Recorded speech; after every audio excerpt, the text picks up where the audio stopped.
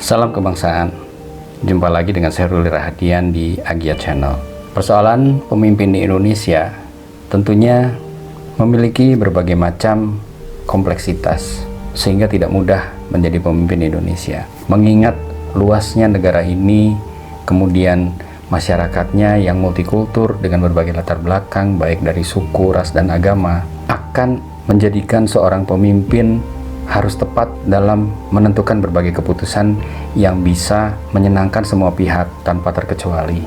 Kita adalah bangsa yang memiliki leluhur dan memiliki latar belakang yang cukup panjang, sehingga dengan berdasarkan perjalanan sejarah bangsa ini, kita bisa mengambil pengalaman atau berbagai nasihat yang diturunkan oleh para leluhur kita agar menjadi sebuah kebijakan yang perlu diterapkan oleh para pemimpin di Indonesia, sehingga kita mampu meminimalisir berbagai macam masalah yang muncul dan membangun rasa tenang dan nyaman di masyarakat.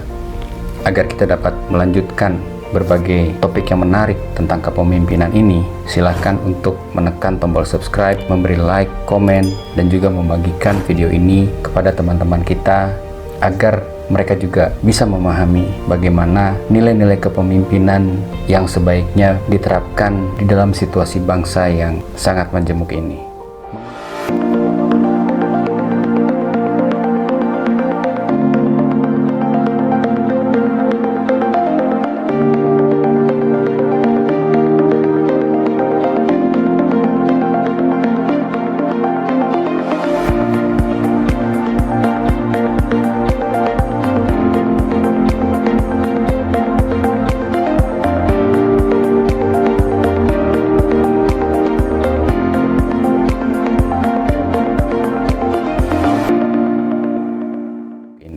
Mengendalikan emosi bukan hal yang sangat mudah. Tentunya kita sering mendengar dan melihat bagaimana sikap para pemimpin kita ketika dihadapkan pada suatu masalah yang membuat dirinya kesal, membuat dirinya marah, membuat dirinya jengkel, dan melakukan sebuah tindakan yang di luar dugaan kita, melakukan kemarahan yang di luar dugaan, mengeluarkan kata-kata yang menurut kita tidak patut. Bisa dipahami, karena pemimpin juga manusia, pemimpin juga memiliki perasaan. Ketika perasaan itu terganggu oleh pendapat orang lain atau pernyataan orang lain, tentunya secara natural ia akan melawan melalui sikapnya. Tapi di sini kita bisa melihat bagaimana kecerdasan emosi pemimpin kita atau yang biasa kita kenal dengan emotional quotient. Ternyata kecerdasan intelektual atau kecerdasan akademik tidak berbanding lurus dengan kecerdasan emosional. Banyak pemimpin kita yang memiliki gelar berderet, memiliki latar belakang sekolah yang sangat banyak, tapi ternyata dalam sikapnya tidak mencerminkan apa yang disandangnya, baik dari perkataan maupun sikap-sikap perilakunya.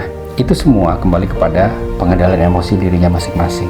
Bagaimana seorang pemimpin dapat mengendalikan dirinya ketika berhadapan pada persoalan yang muncul di masyarakatnya atau muncul di komunitas yang dipimpinnya, sehingga muncul reaksi yang secara spontan akan memperlihatkan bagaimana sikapnya menahan atau mengendalikan emosi dan menyangkut kepada sikap bijak dan wibawa pada diri seorang pemimpin tersebut.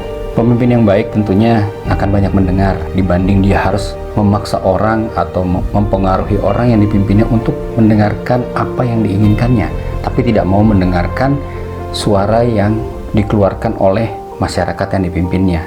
Hal ini sangat penting. Jika pemimpin tidak mau mendengar, tentunya ia akan bertindak sesuka hatinya, dan ketika dia merasa terganggu emosinya, merasa terganggu harga dirinya, ia akan bereaksi di luar ekspektasi masyarakat yang dipimpinnya. Jika dia lebih banyak dia mendengar, kemudian dia mencerna apa yang diserapnya dan mengeluarkan output yang memang pantas dan layak dilakukan oleh seorang pemimpin, tentunya ia akan menjadi seorang pemimpin yang bijak dan muncullah kewibawaannya di situ. Tapi bagi pemimpin atau orang yang bereaksi terhadap serangan orang, kemudian ia meluapkan emosinya dengan cara yang kasar, dengan cara yang keras, tentunya akan berakibat balik kepada dirinya, menjadi rentan terhadap berbagai macam penyakit, terutama yang berkaitan dengan sistem saraf, seperti migrain, vertigo, kemudian penyakit lain yang berkaitan dengan masalah sirkulasi darah, seperti tekanan darah tinggi, jantung, kemudian juga dengan metabolisme seperti pencernaan, tukak lambung atau MAH yang sekarang populer, ada penyakit GERD yang berujung kepada kematian. Juga gangguan ginjal, paru-paru, dan lain sebagainya. Tentunya ini akan merugikan diri sendiri, tapi orang yang mampu mengendalikan emosinya, ia akan mampu mengekang hawa nafsu untuk melakukan sebuah tindakan yang merupakan luapan emosinya dengan melakukan hal-hal yang tidak pantas dilakukan oleh seorang yang memiliki pendidikan yang tinggi, seseorang yang memiliki kedudukan yang tinggi, karena itu akan terukur semuanya. Bagi seorang pemimpin yang mampu mengendalikan emosinya dengan baik, tentunya ia akan dapat berpikir secara jernih, secara objektif, sehingga keputusan-keputusan yang ia lakukan pun adalah keputusan yang matang dan keputusan yang akan bisa menyenangkan semua pihak. Karena tentunya ia akan berpikir bukan dari dirinya, tentunya ia mampu berpikir apa yang diinginkan oleh masyarakatnya atau komunitas yang dipimpinnya. Karena jika pemimpin berpikir secara benar, kebahagiaan orang-orang yang dipimpinnya atau kebahagiaan masyarakat yang dipimpinnya adalah kebahagiaan dirinya. Tentunya kita sebagai warga negara ingin bangsa ini memiliki umur yang panjang, kemakmuran yang terus meningkat dengan menggantungkan harapan kepada anak cucu kita yang kelak akan menjadi pemimpin di masa depan.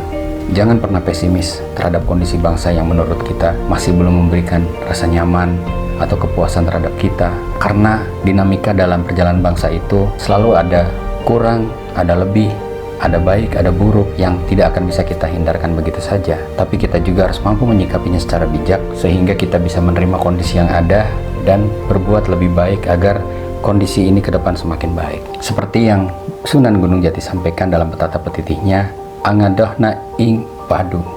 Jauhkan pertengkaran, jauhkan perselisihan. Pemimpin yang baik mampu menjaga emosinya sehingga meminimalisir atau menekan terjadinya berbagai macam konflik, terjadinya berbagai macam keributan yang akan merugikan masyarakatnya sendiri dan tentu merugikan dirinya juga, karena ketika konflik itu meledak tentunya akan menjadi keresahan baik bagi masyarakat maupun para pengambil keputusan seperti para pemimpin, para aparat, dan itu akan menjadi persoalan bersama.